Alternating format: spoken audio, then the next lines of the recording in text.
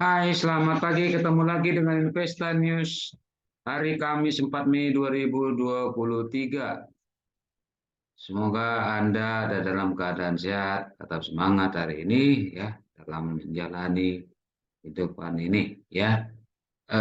Kembali kami akan menyampaikan stok review atau review saham hari ini ya dengan didahului dua pernyataan dari kami. Yang pertama, pernyataan disclaimer on. Semua data dan informasi yang ditampilkan di sini bukan merupakan ajakan membeli atau menjual.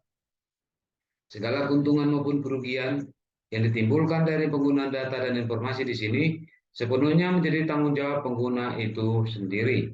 Ya, demikian pernyataan disclaimer kami. Ya, jadi kami imbau Anda melakukan riset sendiri, do your own research ya, karena kami bertujuan berbagi informasi dan pengetahuan yang kami ketahui ya. Kemudian pernyataan yang kedua adalah tidak ada benturan kepentingan atau no conflict of interest. Artinya bahwa kami tidak sedang memiliki saham yang kami review sekarang ya, sampai hari ini ya, sampai saat ini, yakni BBCA ya. Oke, kita langsung masuk saja ke profilnya ya. Semua tentu tahu ya, BCA ya. PT Bank Sentral Asia Tbk atau BBCA, kita baca saja nanti BCA selanjutnya. Dalam bidang usaha bank umum, anak perusahaan diantaranya PT BCA Finance untuk pembiayaan konsumen, sewa guna usaha dan anjak piutang, BCA Finance Limited untuk money lending jasa pengiriman uang, PT Bank BCA Syariah perbankan syariah, PT BCA Sekuritas ya, untuk penjamin emisi efek dan pialang perdagangan efek, dan PT Asuransi Umum BCA untuk asuransi umum atau asuransi kerugian. Pada 2017 BCA mendirikan PT Sentra Capital Ventura atau CCV guna mengikuti inovasi layanan keuangan berbasis digital. Produk dan layanan perseroan yaitu produk simpanan, layanan transaksi perbankan, perbankan elektronik, layanan cash management, kartu kredit, bank assurance, produk investasi, fasilitas kredit, bank garansi, fasilitas ekspor impor, dan fasilitas valuta asing. Pada 2017 jumlah kantor wilayah ada di 12, terdiri dari 146 kantor cabang utama, 856 kantor cabang pembantu, dan 244 kantor kas tersebar di seluruh Indonesia, kantor non-wilayah, satu kantor cabang utama, dan satu kantor perwakilan di Jakarta Pusat. Ya, jadi singkatnya, siapa sih yang tidak tahu BCA? Oke, kita jadi mereview saham BCA. Ya, adapun eh, kami di sini menggunakan platform stockbit.com dan tradingview.com. Jadi Anda dapat lihat sendiri ya di platform tersebut, atau mungkin Anda juga punya platform lainnya. Oke, alamat BCA ada di Menara BCA Grand Indonesia Jalan Eman Tamrin nomor 1 Jakarta dengan kode PAS 10310. Ya, sekarang kita masuk ke perbandingannya.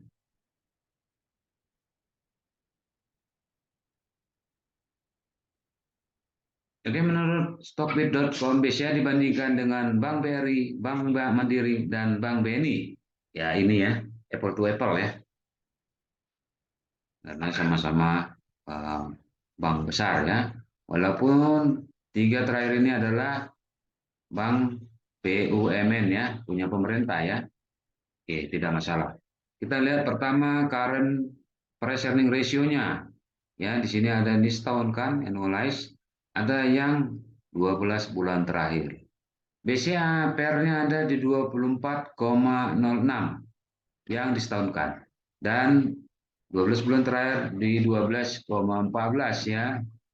Oke, dibandingkan dengan BRI dan BNI, BCA termasuk mahal ya, dengan BRI juga termasuk mahal, tapi BRI juga tidak terlalu jauh ya.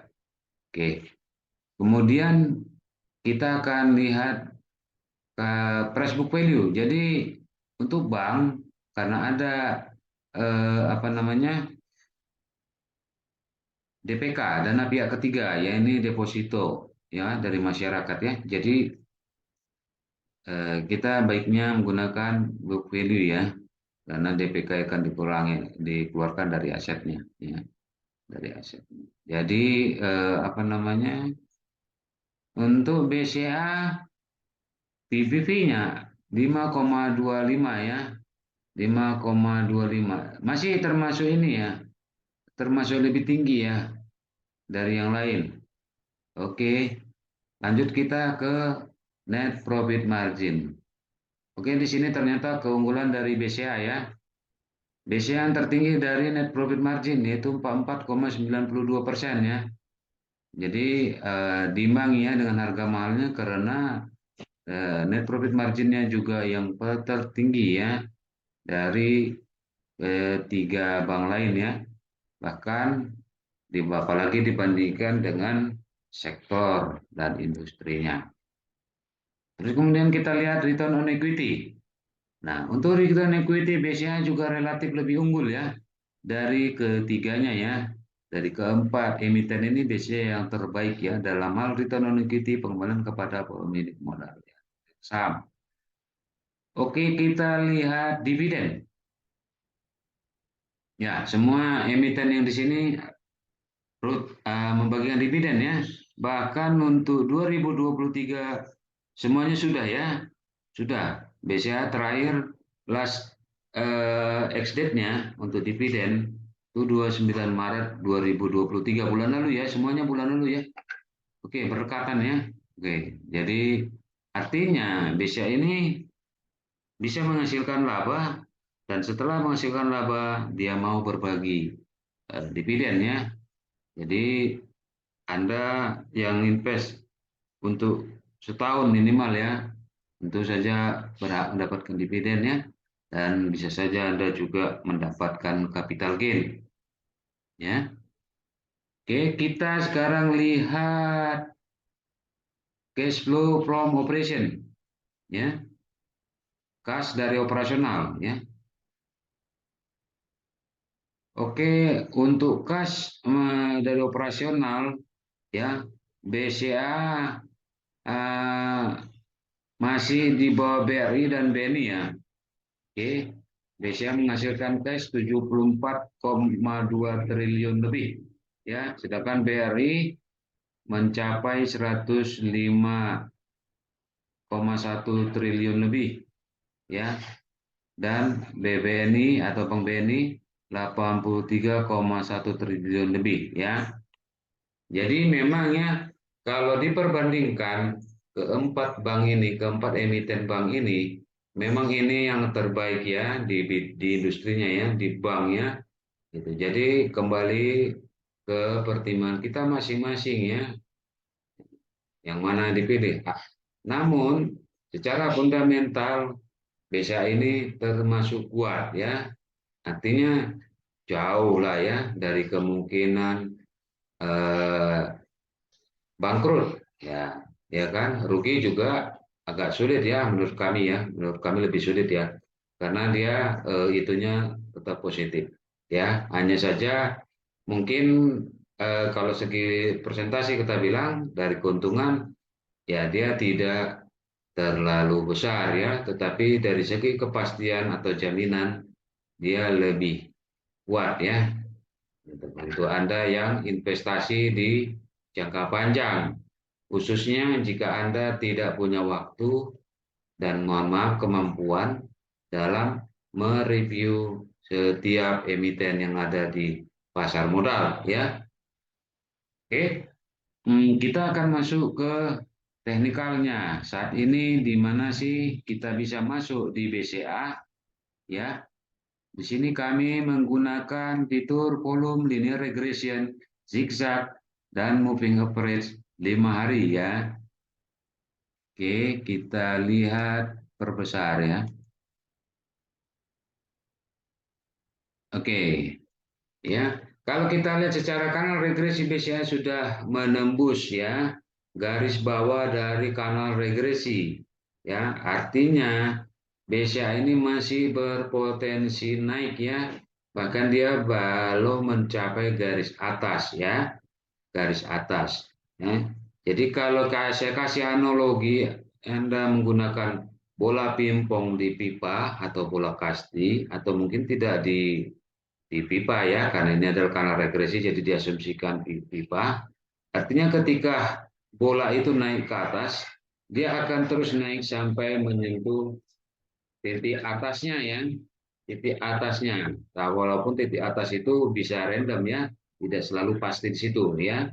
Jika dia sampai di titik atas, dia akan turun mengikuti eh, gravitasi ya.